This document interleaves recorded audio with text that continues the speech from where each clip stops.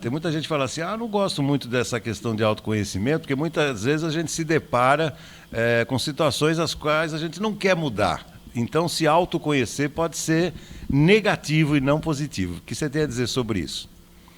Sair da zona de conforto não é nada confortável, mas enquanto a gente não tiver essa consciência, a gente vai ficar rodando no inconsciente. Mais de 95% das nossas ações são inconscientes.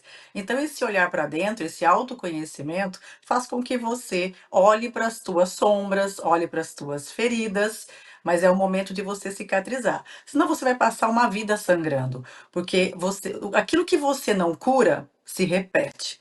Então, daí você continua caindo no mesmo buraco.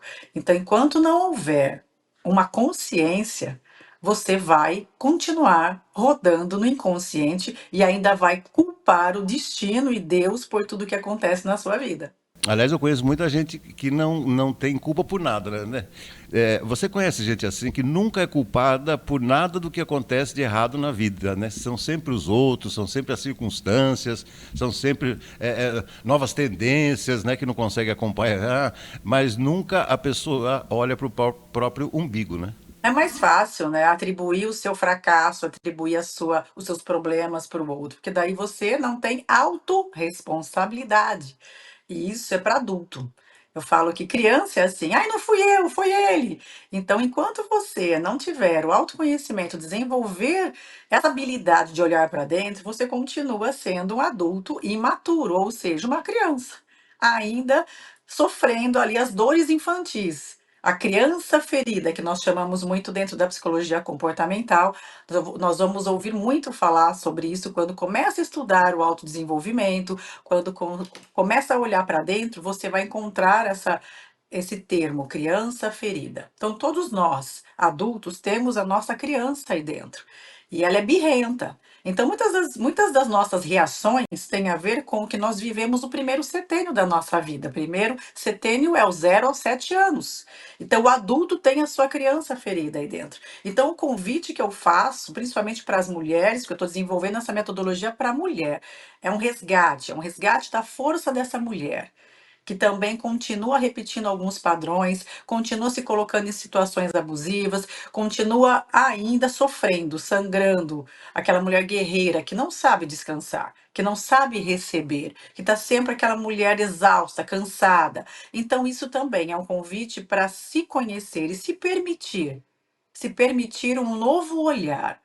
Então é muito importante. Depois da pandemia, tivemos aí um tempo de casulo, um tempo de hibernação, um tempo de dor. Foi um momento muito especial para muitas pessoas, inclusive na minha vida, onde eu pude ficar ali no meu canto e olhar para dentro e não para fora, procurando culpabilizar alguém, porque se a minha vida está como está, existe só uma pessoa responsável, eu, porque eu me permito estar nessa situação, me permito estar sofrendo. Então, onde tem dor, tem crescimento, Roberto. Então, não é errado você passar por dor, não é vergonha, é uma oportunidade. Então, eu olho para as situações difíceis da vida como oportunidade de crescimento. Porque se você olhar com essa lente, você vai tirar proveito de tudo isso e você evolui. Então, o convite que eu estou fazendo agora para as mulheres é esse novo olhar, uma nova experiência, porque o nosso corpo registra a nossa história de dor, de alegria, amores e dores, né? Então, eu estou desenvolvendo uma metodologia assim, para que a gente possa integrar todas essas dores que estão aí latentes no seu corpo, na sua articulação, que dá enxaqueca, que dá dor no estômago, que dá desbiose intestinal, e a gente precisa, sim, cuidar, ter esse autocuidado e principalmente essa autorresponsabilidade de mudar, de encerrar alguns ciclos para que o novo possa fluir. Ilani, deixa eu colocar um outro ingrediente para você pensar também conosco, né? Muitas mulheres elas também são dependentes, né? Dependentes emocionalmente, dependentes financeiramente, e muitas mulheres, você estava falando de zona de conforto, é verdade. A mulher que se encosta no relacionamento, por exemplo, né, para ter um pouco mais de conforto, ela pode estar sofrendo por dentro e gostar desse sofrimento. Bom, nós estamos falando da parte de saúde mental, mas onde eu quero chegar é o seguinte: você consegue identificar as mulheres que têm mais dificuldades de alcançar a plenitude dos seus desejos, das suas vontades, adotar uma agenda um pouco mais voltada para si, não para os outros, né? No caso, para quem tem marido, para quem tem companheiro, ter os seus próprios horários um pouco mais estendidos, dispensar menos atenção com filhos, por exemplo, ou ser mais racional nisso, ou seja, tudo isso junto e misturado.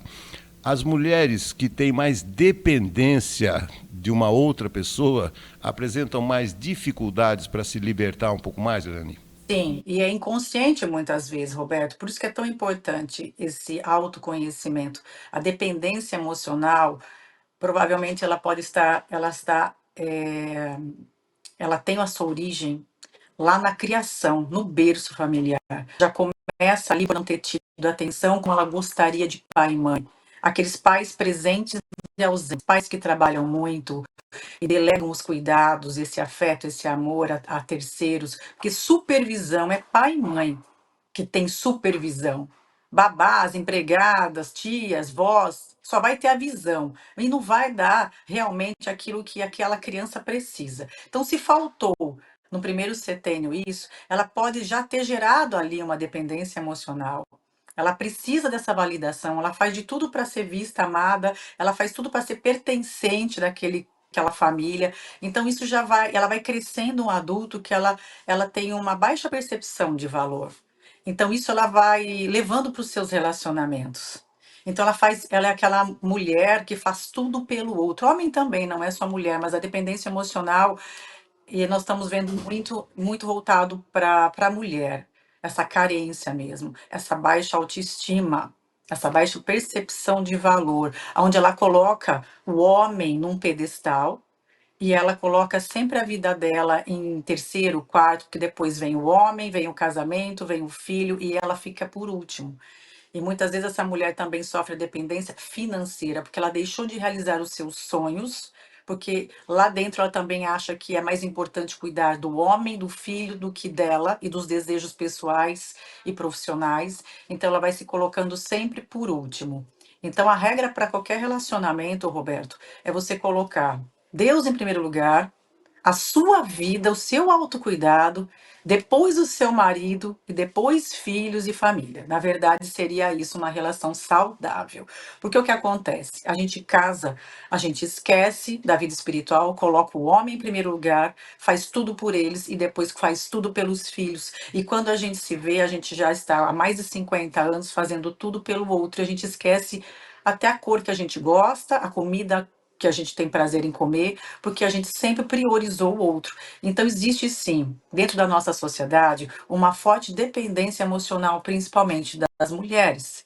E ainda que elas podem enfrentar uma separação, passar pelo luto de um divórcio, e é onde ela se sente ali mutilada, sem pernas para andar e sem força, porque ela parou a vida dela para investir numa família, na maternidade, naquela estrutura familiar.